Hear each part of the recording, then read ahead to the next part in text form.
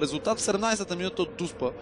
Валери Домовчийски реализира единствения гол в матча до тук. Дуспа отсъден за нарушение на вратаря Теодор Скорчев срещу Антонио Аньете. Сините имаха още доста шансове. След 30-та минута пък бяха двата най-добри. Пропуснати първо от Валери Домовчийски, който не успя да засече подаване на Абди, а след това и сомалийският футболист с норвежки паспорт направи пропуска на матча и може би на календарната година до тук. След като не успя да оцели вратата, която бе на доста примамливо разстояние и без възможност за реакция от вратаря. Така или иначе обаче Левски направи силно първо по време и очакванията тук са за това да видим дали Локомотив Пловдив е променил нещо в играта си, най-вече в дефанзивен план. Просто каквито и да са усилията на гостите в атака, те остават някакси на заден план, ако Левски толкова лесно създава чисти положения. Антонио Аньете напредва с топка в краката в половината на съперника и подава в дясно към Рома Прохаска. Прохаска пък продължава към Бедоя, който е с гръб към вратата. Обърна се отново към Прохаска, прати топката Бедоя. След това някъде приключи дългото владение на домакините. Сега пък шанс за Бесен Карагерен, който бързо влезе в комбинация. След това авантаж от Апостолов при тази ситуация, в която Камбуров бе препънат. Продължава на владението на гостите. Добро развитие до тук, включване и на Радослав Димитров по десния фланг, който сега ще центрира към далечната града, но малко силно дойде това центриране. И Карагерен остана под топката. Ето младия атакуващ футболист на гостите, който не можа да демонстрира най-доброто от своите качества през първата част, но Коли пък го направи от състава на Христо Колев. Що се отнася до това, което видяхме през първата част, трябва да ви напомня, че бе извършена една принудителна смяна. Янко Седнански, който започна във втори пореден матч като централен защитник за Локомотив, получи разтежение на левия бедрен мускул в задната част и трябваше да бъде заменен от Горанов. Така с две смени разполага тук назад Христо Колев, а Стойчо Стоев все още не е погледнал към играчите в резерв.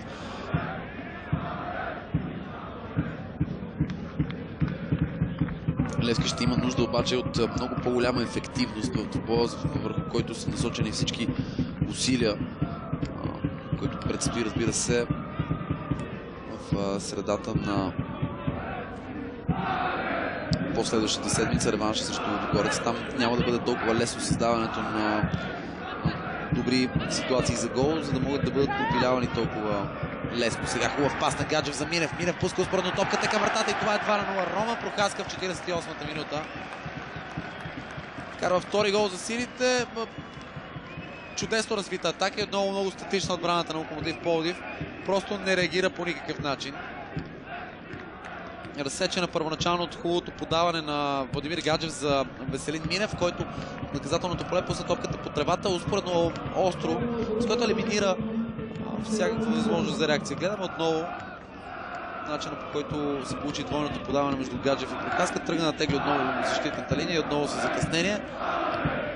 Подаването в тази зона между последните защитници и вратаря ги лимитира от всякаква възможност за реакция. А Рома Прохаска оттам се фокусира просто върху това да оцели вратата, нещо, което не успя да направи през първата част с Абди. Сега обаче неизбежното се случи 2-0 за Левски, а Локомотив Пловдив не дава абсолютно никакви сигнали, че ще подобри качеството в своето представяне. Напротив, гол само 3 минути след почивката бе допуснат.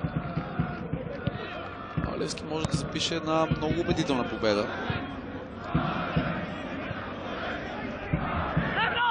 Абди застигна топката на терена и я запази. След това обаче Дани Кики се погрижи за това тя да бъде отнета обратно за Локомотив Пловдив. Левски няма как на пръв поглед да подобри най-убедителния си резултат, постигнат през този сезон, а и в последните 8 години. Това 8-0 срещу Хасково просто бе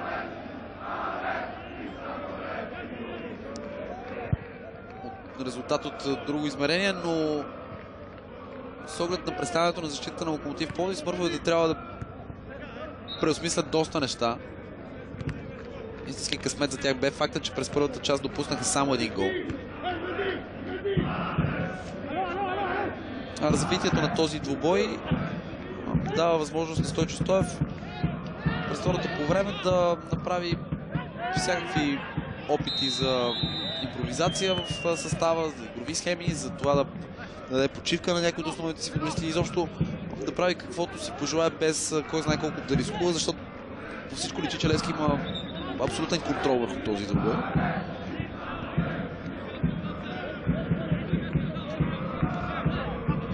Братята Цоневи, Владислав Мисяк е също с тях на резервната скамейка. Божар Краев, който видяхте да гледа с част от своите връстници в школата на Левски.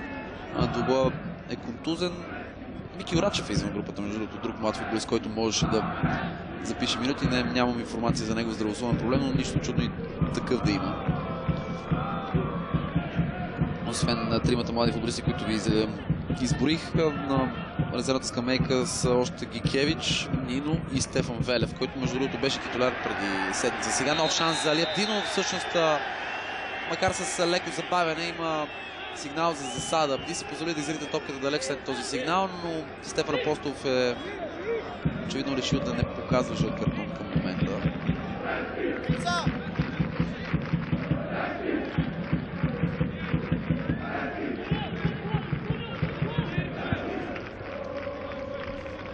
Емил Вангел видяхте на близък план, асистент трефер номер 2, който поне според мен от това повторение, което видяхме, тук взе правилното решение, сигнализирайки на главния рефер.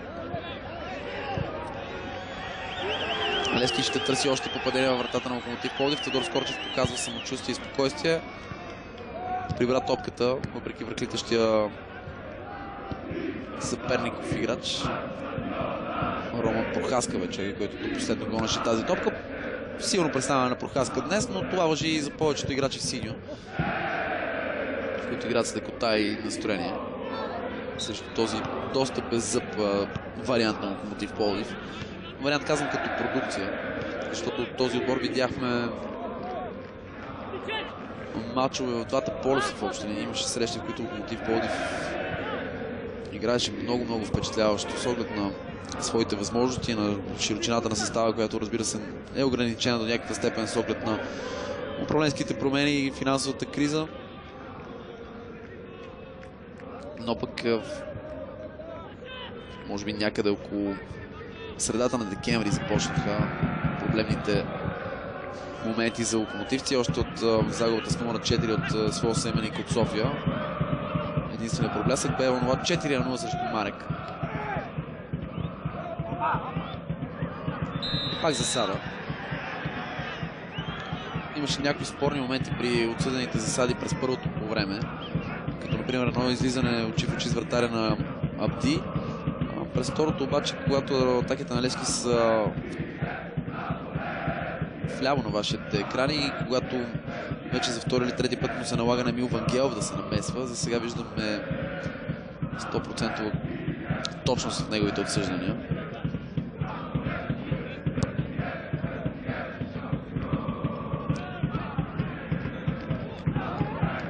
Бедоя към Абди. Опита се едно докосване той да продължи напред за Домовчийски. Не мина подаването му. Виждайки как синхрона в защитната линия на Локомотив Пловдив липсва, силите все повече се опитват чрез своите атакуващи играчи, които играят на ръба на засадата, да създават много бързо головите си ситуации.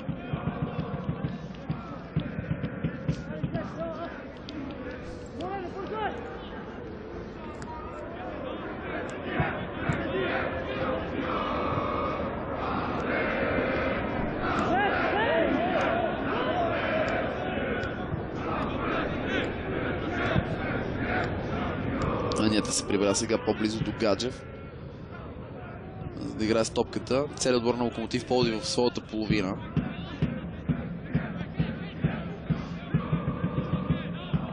Странно нещо. Вместо победата над Марек и новата загуба, която дупничани записаха по-рано днес от Хасково, да даде необходимото спокойствие и вдъхновение на в хората на Христо Колев се случва нещо съвсем различно, а именно 3-0 за Левски.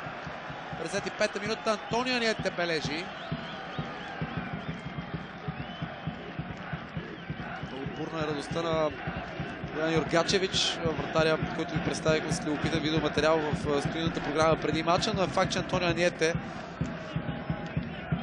отново се отличава в големи части от този двубой. Виждате как между 4 в един момент защитници на Локомотив Пловдив, Аниете стигна до топката, нямаше нито един момент, в който дори Горанов да посегне, да понече, да му попречи да му отправи удар. Това, разбира се, не омаловажава хубавия завършек на атаката на Левски. Тъкмо напротив, майсторско бе докосването на Аниете. Испанецът търсеше точно тази зона, в която да прати топката във вратата на Скорчев и резултатът вече е 3-0.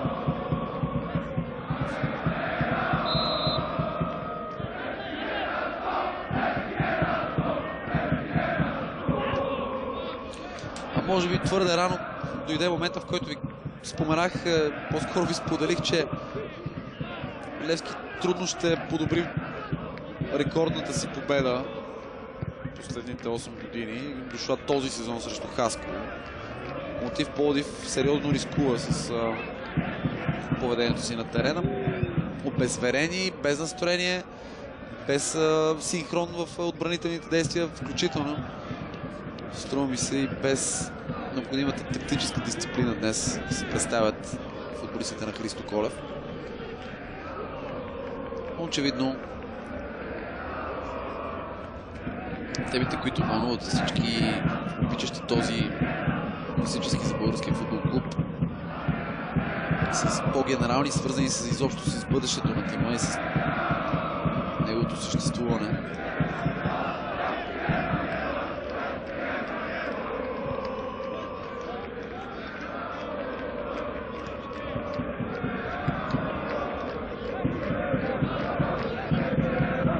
Бих се изненадал, ако от този момент нататък започнат двамата треньори да променят избора си за футболисти на терена. Да, Христо Колев го направи веднъж, но това бе принудително. Сега може би настъпва момента, в който той от своя страна ще направи нещо, а пък Стойчо Стоев също може да види някой от младите момчета в отбора на терена. Добро желание, естествено. Абди Домовчийски назад бе върната топката за момент. Валери Домовчийски е вън от наказателното поле. Ще пробват от дясно сега сините. Прохаска към Аниете. Отново шанс за Аниете, удари. Това е 4-0. Безобразията в защитата на Локомотив Пловдив продължават, че дори се увеличават. 4-0 в 58-та минута. Ако Аниете бива оставен на подобни позиции, с лекота може да вкара не 2, 5 гола. Да, Домовчийски и Абди пропуснаха да вкарат през първото по време в много чисти ситуации, но Аниете показва, вижте каква зона само е оставена. Още с първото докосване той пое и поведе топката си, с второто разочарова за втори път лично Теодор Скорчев и общо за четвърти път от страна на Левски. А пък Скорчев предварително избра да покрие левия си ъгъл, лягайки в тази посока. По този начин улесни допълнително Аниете, който просто обърна посоката на своя изстрел. Първата смяна за Локомотив Пловдив бе подготвена още преди да падне четвъртия гол за сините и тя е в този вариант. Йоан Ласиман излезе от терена, а Ванчо Таранянов го замени.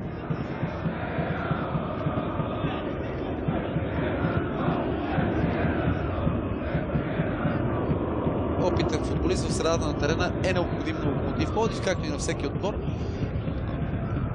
След като изминава вече част от началото на срещата, Локомотив Пловдив трябва просто да загаси пожар и да спре да допуска голове. Защото отдавна крайният победител в този матч изглежда напълно ясен.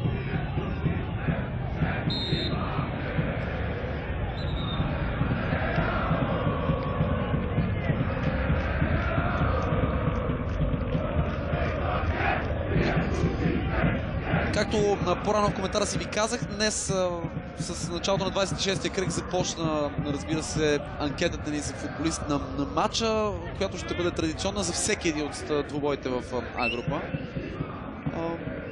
на сайта Gong.bg, който виждате изписан на вашия екран в момента, може да участвате в анкетата съвсем безплатно, разбира се, с избора си за това кой е футболистът, който ви е впечатлил най-много по време на срещата. Анкетата е отворена и вече може да гласувате от тук до края на матча, че дори 2 минути след това. Необходимото ни време за обработка на вашите гласове е минимално, така че още в отзивите след края на доба ще наградим от ваше име, дами и господа, човека, който се отличил. Днес кандидати достатъчно, всички от тях обаче с син екип. Аниете, автор на 2 гола, може би ще бъде един от основните ви фаворити, но в крайна сметка решението е ваше. Рома Прокаска също прави добро впечатление в днешния двой. Изобщо Левски безпроблемно минава през Локомотив Пловдив до тук, а лошата новина за смърфовете, че до края на този двой остават цели 30 минути. А Левски не изглежда като отбор, който е приел тази победа и ще се пести до края. Тъкмо напротив. Сега обаче един от малкото шансове за Локо Пловдив и то за добър пробив на Бирсент Карагерен, който центрира изключителен шанс за Дани Кик и удар над вратата с левия крак. Първият добър шанс от началото на срещата за Локомотив Пловдив. Наистина добър. Камбуров бе останал малко по-назад и това подаване не бе удачно за него, но атаката бе затворена от Дани Кики, който просто не успя да оцели вратата.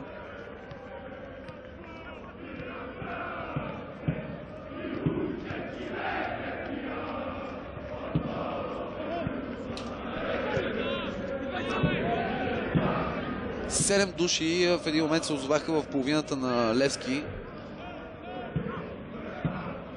Локомотив Пловдив опитва да пресира дълбоко в половината на домакините. За сега сините не изглеждат особено притеснени. Нищо чудно всеки момент да видим поредният дълъг пас, който да се окаже в основата на чисто голово положение. О, какъв хубав рейд в центъра на терена от Мигел Бедоя.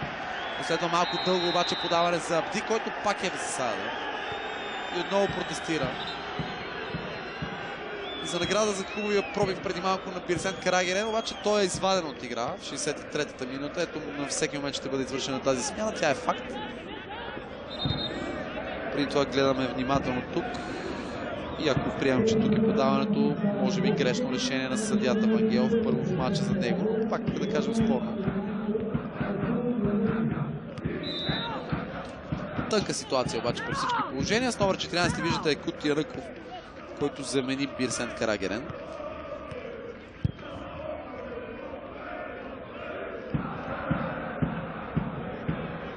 Камбуров има тежък удар, може да го пробва. Намира обаче краката на защитник. Не се получи удара на централния нападател вече на Локомотив Пловдив. Трябваше да ви наспомня за вътрешната рокада в отбора на гостите, които обаче сега трябва да мислят за защита. Отново го правят с закъснение. Прохаска не е успял да запази топката на терена. И това ще е аут. Ето го преди малко хубавия рейд на Бедоя, който държеше топката много близо до глезените си. Просто размина 4 в центъра на терена и след това потърси това подаване извеждащо за Абди. Стана дума за спорното отсъждане, но е факт, че Левски направи хубава атака. Смяна за Стойчо Стоев, който вече е готов с първото си решение. Рома Прохаска излиза от терена. Минутата е 64-та и за мен тази смяна е много знакова за това каква е ролята на Рома Прохаска в клуба, в който играе в момента, а именно на един от основните футболисти. Виждаме как той отбеляза попадение номер 2 в матча. Веднага след подновяване на играта за второто по време, той е заменен от Борислав Цонев с номер 18. А може би добре помните колко критики имаше към Рома Прохаска при първият му престой в Левски, преди да бъде пратен под наем. Някакси като че ли бяха завишени очакванията, може би и неговата адаптация бе по-бавна. Сега обаче в всеки един от по-важните матчове на Левски Прохаска е титуляр. Ето, че Аниете може да оформи своя хеттрик. Вместо това обаче ще трябва да изчака малко. Това е туспа с картон с жълт цвят за Мартин Сечков. Забавих малко коментар си точно с тази цел да проследя внимателно решението на Стефан Апостолов, защото ситуацията може да бъде тълкувана като чисто голово положение. Да видим. Ето го момента, в който е подсечен Аниете и не бих се изненадал, ако нямаше да се изненадам по-скоро, ако рефера бе показал червен картон тук, както и да е. Такова е решението на Стефан Апостолов. По-важният проблем обаче, по-голямата ситуация е факта, че Левски получава право да изпълни Дуспа. Али Абди ще застане за топката. Кратко съвещание имаше там между Веселин Минев, Ниете Бедоя, може би и Владимир Гаджев е казал каквото има да казва. Ясно е, че всеки един от споменатите футболисти е имал желание да изпълни тази Дуспа. От една страна Домовчийски вече вкара една, той е щатен изпълнител, от друга Ниете в търсене на хет-трик. Но пък решението Али Абди да изпълни този наказателен удар вероятно говори за това, че неговите съборници просто искат той да се отпуши и най-накрая да вкара. Той има попадение с син екип, но в последните матчове пропуска с огромна лекота. Ето възможност да се поправи.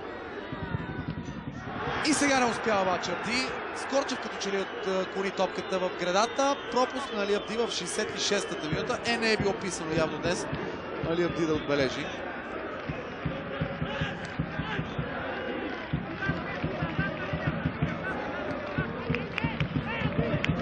Двубой с изключително много голови положения.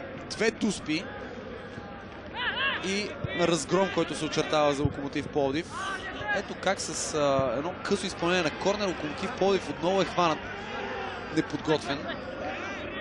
Не знам, двубой, в който Локомотив Пловдив показва може би най-лошото си лице от началото на сезона.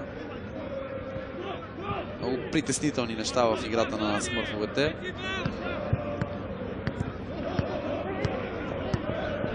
Трябва да кажем, че с двата гола, които вкара Антонио Аниете днес, той вече е едноличен голмайстор на отбора с 10 попадения. Всъщност не е голяма изненада това. Двамата с Домовчийски вече са общо автори на 19 попадения. Изглежда, че Скорчев наистина отклони топката в гредата. Добър рефлекс на Скорчев. Свикнали сме да казваме, че при пропуск от Дуспата, когато вратаря се намеси, говорим наистина за пропуск, а не за спасяване. Заради, на пръв поглед, лесната ситуация за отбелязване на гол, но пък изпълнението на Дуспа обикновено става свързано с много важен психологически нюанс и игра на нерви между изпълнител и вратар. Има футболисти, които влизайки в така наречената категория Дуспаджи, имат огромното самочувствие и владеят ситуацията до такава степен, че чакат до последно да видят кой ъгъл ще избере вратаря и само обръщат глезена на последствия. Виждате как Радослав Димитров щеше буквално да скъса шортите на Али Абди, за което обаче не получи наказателен картон. Не бе твърде слабо като изпълнение това, което видяхме от Али Абди, но очевидно беше достатъчно несигурно, за да даде някакъв шанс изобщо на Скорчев. Иска ми се обаче все пак да отличим реакцията на вратаря.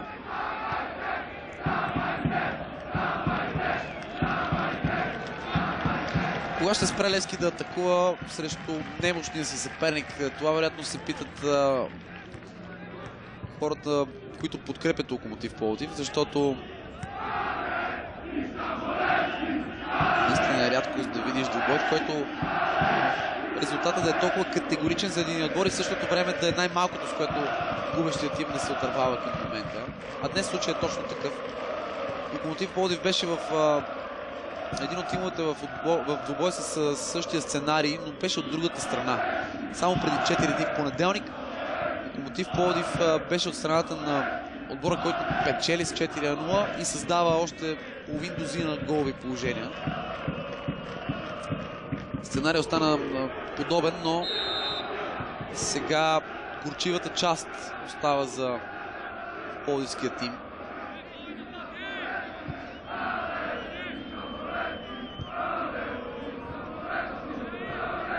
Може да продължите активното си гласуване за най-добър футболист на матча, играч на матча на GONG.BG. До края на двубоя ще имате възможност да го направите. Все повече кандидати. Струва ми се, че Али Абди в рамките на шегата, разбира се, едва ли ще е един от фаворитите. Нов шанс за Валери Домовчийски този път. С левия крак той обаче не оцели вратата. ако го беше направил, изглежда, че Скорчев не бе готов за реакция. Виждате, 5 души в наказателното поле, от които 4 бяха свободни. Може би изчерпах епитетите, с които разполагам в речника си за поведението на Локомотив Пловдив в отбрана и най-вече тези, които носят негативен оттенък и оценка. Затова вече няма и толкова да обръщаме внимание на пробойните в защитата. Левски среща проблеми да създава много положения и това носи настроение на малкото хора по трибуните, естествено.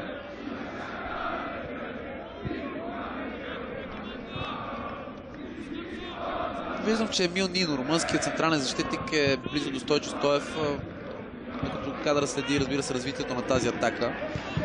Ясен е момента, че Нино вероятно ще се появи на терена на мястото на един от централните защитници. С оглед на ролята, която ми се струва, че вече има Борислав Стойчев, на неизменен титуляр в тази зона и на един от важните хора в стартовия му състав, струва ми се, че вероятно точно той ще получи почивка по този решен матч. Но за това след малко. Първо да проследим тази атака на Локомотив Пловдив. Несполучливо центриране. Здравко Илиев сега подава към Панчо Троянов. Топката стигна до Янъков. Към Боровчака на границата на наказателното поле, но не е особено вероятно топката изобщо да стигне до нея, след като Бурабия не успя да центрира. Ето го момента на смяната. Точно така. Борислав Стойчев ще получи бонус минути за почивка. 20 на минути изпестени. Ще бъде много любопитен за мен и избора на стартов състав на Стойчо Стоев в следващия кръг, когато, както ви казах, Левски има гостуване на Марек в Дупница. Марек играе много силно и много агресивно като домакин обикновено. В същото време този матч е дни преди реванша в турнира за Купата на България. От една страна Стойчо Стоев ще иска да държи своите основни футболисти във форма, от друга страна обаче сигурен съм, че през мислите му ще минават всякакви възможности за това да предпази важните играчи в състава. Не, че има по-маловажен, но тези, на които разчита повече.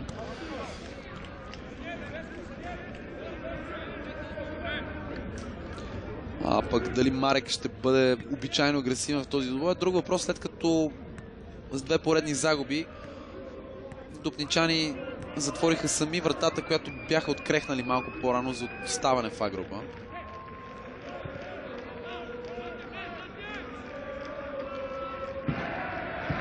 Добър мач и на Мигел Бедоя. Трябва да отбележим, че Аньете се откори с 2 гола, но Бедоя започва да се чувства с течение на сезона все по-комфортно и изтегна на позицията в центъра на терена до Владимир Гаджев. Знаете, че Бедоя и Аньете са футболисти, които и при Стойчо Стоев, и при Георги Иванов преди това, и при треньора Мурсия бяха използвани на различни позиции. Аньете имаше включване като централен нападател, играше на фланга, зад нападателя, къде ли не. До голяма степен това важи и за Бедоя, който обаче като партньор на Владимир Гаджев дава един интересен привкус към организацията на играта от сините. Абди остана на тревата, въпреки няколко опити на съперника и футболистите да го фаулират.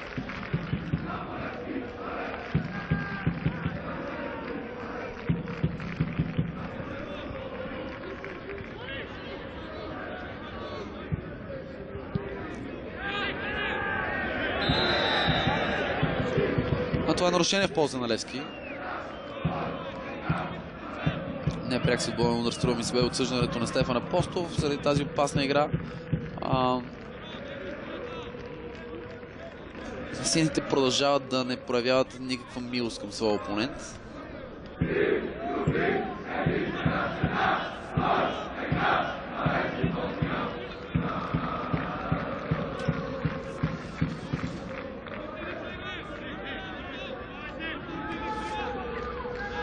Ето го нарушението, което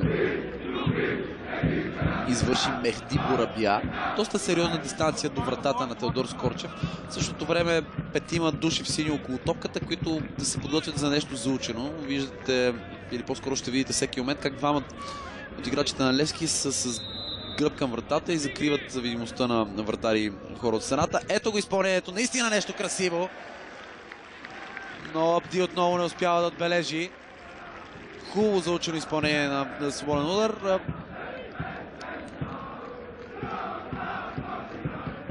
Али Абди бе човека, който го отправи финалния шут, но не оцели вратата. Скорчев изглежда да бе покрил своя ъгъл, но отбелязваме поредния изстрел. Поредната голова възможност за домакините.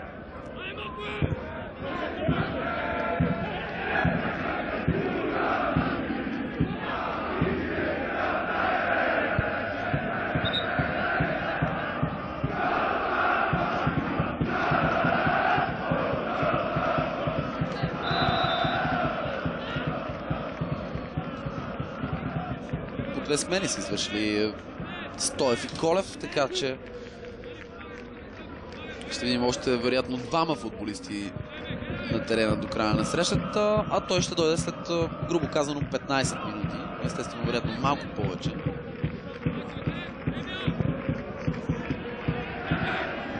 Минев опита да намери Аниете, но не успя.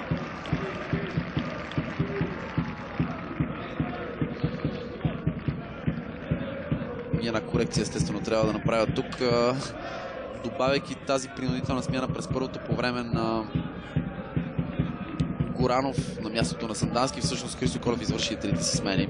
Простете тази неточност. Така че Стойчо Стоев може да остане още един играч на терена. Засада, маркирана от Вангелов и отсъдена всъщност от главния съдия, този път Домовчийски. Двамата съдии изпаднаха в нередовни ситуации немалко пъти през този двубой. Това изглежда като едно от точните решения на съдийския екип.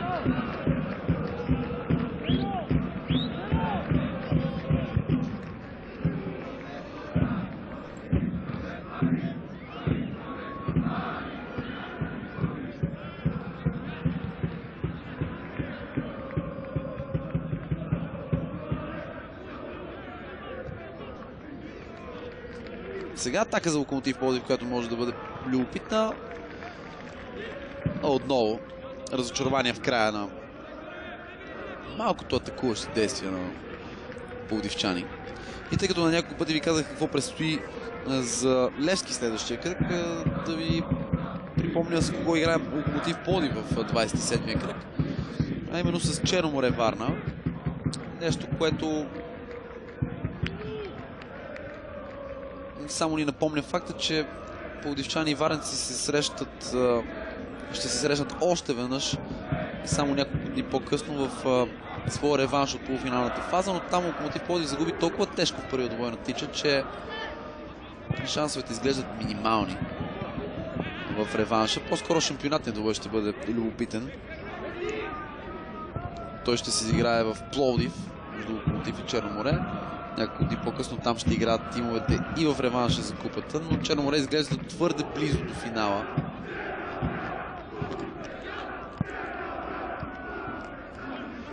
След това 5-1 на Тича, един впечатляващ мач за моряците.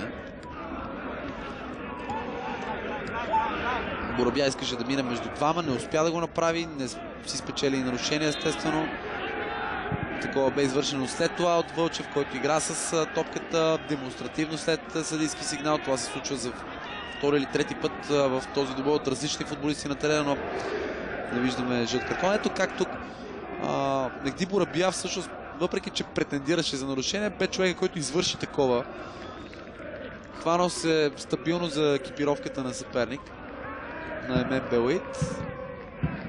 Накрая се свлече на земята с желанието да получи нарушение, но Апостолов остави играта да продължи без намеса.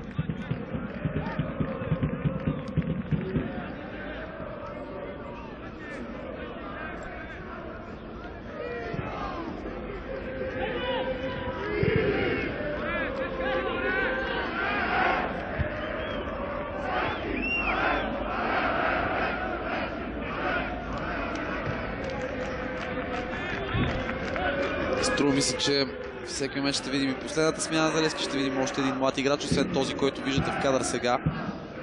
защото е факт, че Борислав Цонев замени по-рано Рома Прохаска, но Борислав Мисяк се готви да се появи на терена. Още през миналия шампионат Мисяк получи някакви шансове за изява. Шампионат визирам, а не първата част от настоящия. След това обаче дълги периоди, в които не получи такива. Сега е близо до Стойчо Стоев и чака последните си инструкции. Не сполучлив матч и за Мартин Камбуров, както и за целият отбор обаче на Локомотив. И нов шанс за атака на Левски. Тук Абди трябва да спре да гони тази топка, тъй като бе в засада, но подаването така не че бе твърде дълго и за Антонио Аниете.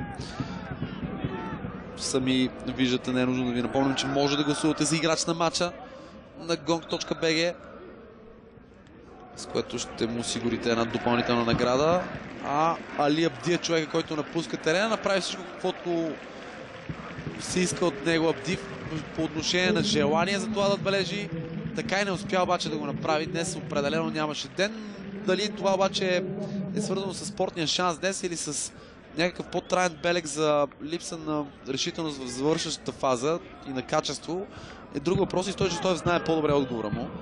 А дори самата смяна, в която виждаме Владислав Мисяк на негово място, ме карат да се чуди, разбира се, без по никакъв начин да поставя под съмнение треньорското решение на Стойчо Стоев, просто да се мисли какво би направил Мисяк в подобни ситуации. Дали с оглед на развитието на този матч можеше да видим малко повече минути за това момче.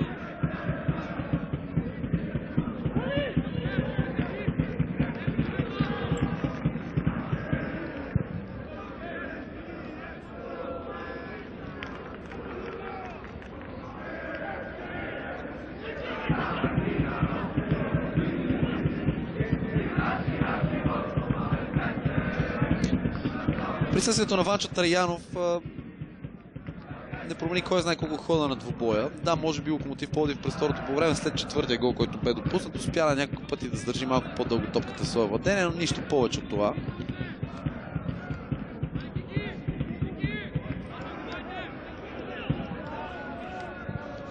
След излизането на Ласиман, Камбуров остана абсолютно не сам на върха на атаката, но пък от тогава играе още по-рядко с топката. Сега хубаво бе прескочена топката от Домовчински, след това и Мисяк я получава вляво, но отново засада.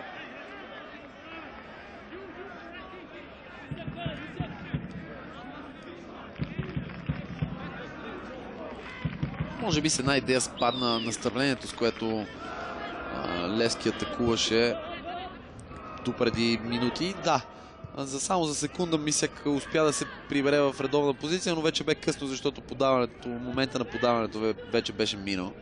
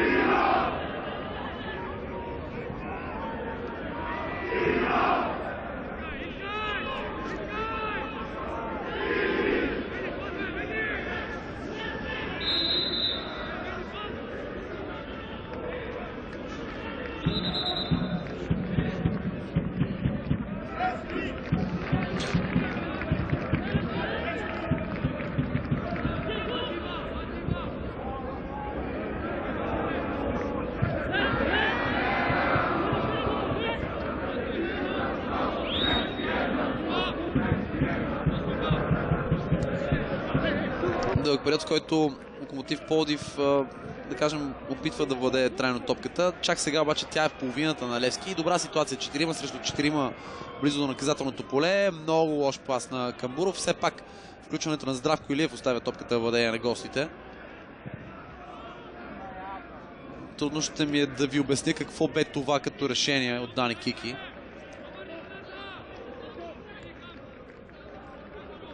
Дали търсеше някакво гениално подаване или пък да изненада Юргачевич, знае само той. Който и от двете да бе обаче със сигурност не му се получи.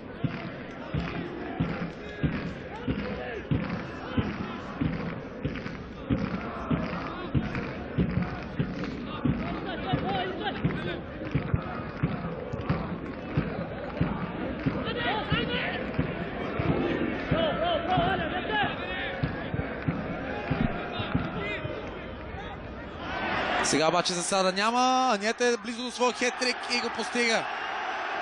Поредната безобразна проява на защитата на Локомотив Пловдив даде възможност на испанския атакуващ футболист на Левски да запише своя хеттрик в днешния двубой. 5-0 вече резултата. Публиката в сектор 5 се забавлява. Имаха нужда на силните фенове със сигурност от подобна победа в този ужасяващо тежък и несполучлив до тук сезон на своя любим тим. Антонио Аньете се превръща в герой за своя тим в пореден двубой. Ето как през центъра се разви цялата атака. И този път Аньете не беше в засада. Много закъсняло бе това изтегляне на защитниците и това спиране всъщност. Радослав Димитров бе човека, който покри със сигурност Аньете, въпреки че негов съотборник беше в засада. Това няма огромно значение. Скорчев остана на място, без да има възможност. Говоря тук за възможност, не за нещо друго. Да противодейства хеттрик на Антонио Аньете, който вече има 2 гола повече от своя съотборник Валери Домовчийски през сезона.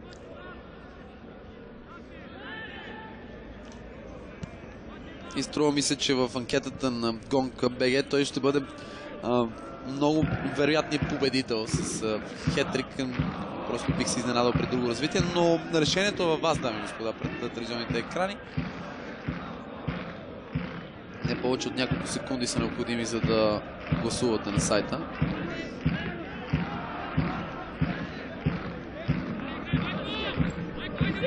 Мисяк.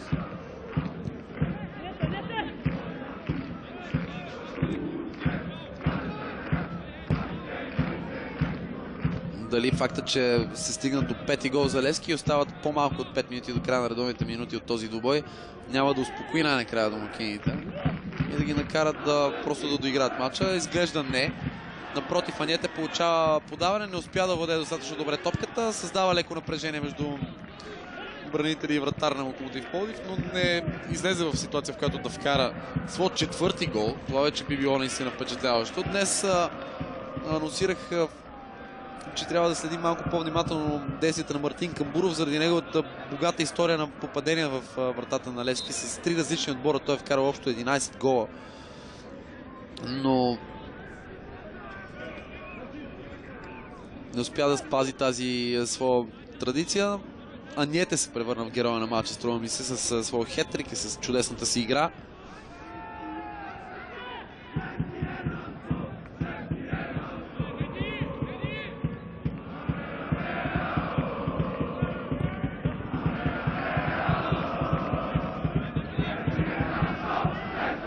Аньете вкара 2 от своите гола през сезона срещу Хасково в онзи убедителен успех с 8-0. Днес обаче се представя още по-впечатляващо като лично постижение с хетрик. Последният път, когато бе отбелязан хетрик в матч с участието на Левски, беше обаче от съперников футболист. Става въпрос за Жереми Мазуро, който вкара 3 гола за победата на Славия с 3-1 преди Нова година, но двата двубоя нямат много общи, много допирни точки, освен тази, за която ви споменах.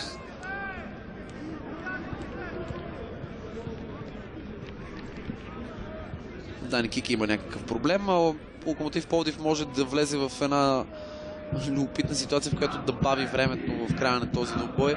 Не е със смисъл за това, че резултата е позитивен за отбора, напротив, резултатът е катастрофален, простете, но идеята е да не стане още по-унизителен.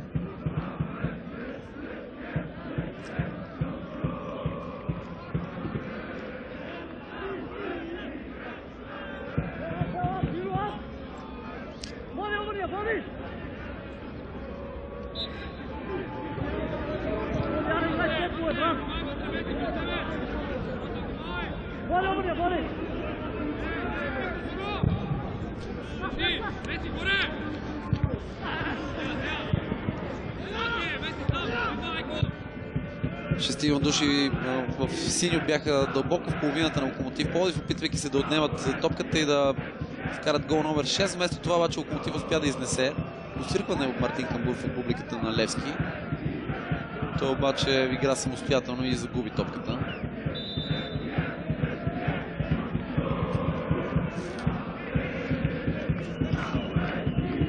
През първото по време бяха показани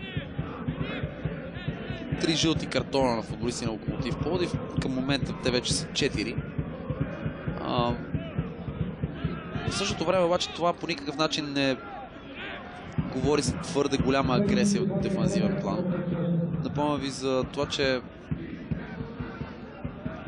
гласовете ви могат да продължат в рамките на 2 минути след края на срещата. Макар в оставащите секунди видяхте 2-минутното добавено време, освен това от рефера. Едва ли ще се случи нещо, което да обърне изцяло вашия избор, но да видим пък.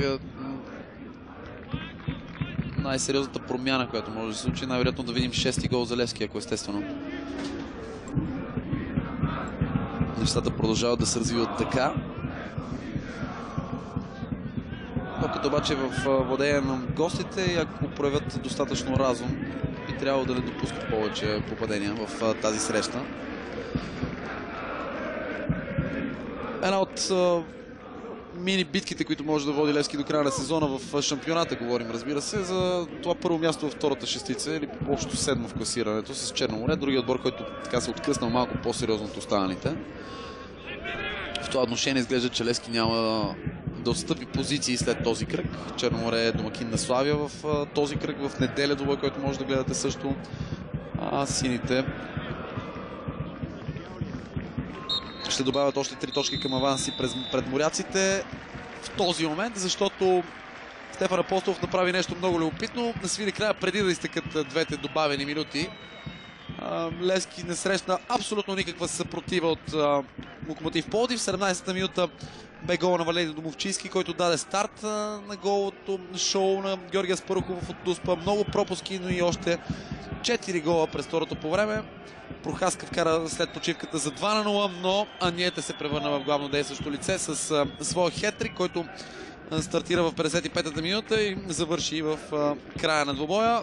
Струва ми се, че гола за 4-0 е достатъчно показателен, гледайки поведението на цялата защита на Локомотив Пловдив, включително и вратаря Скорчев. Трябва да кажем, че днес видяхме едно срамно дефанзивно представяне на отбора на Локомотив Пловдив, който вероятно няма да иска да си спомня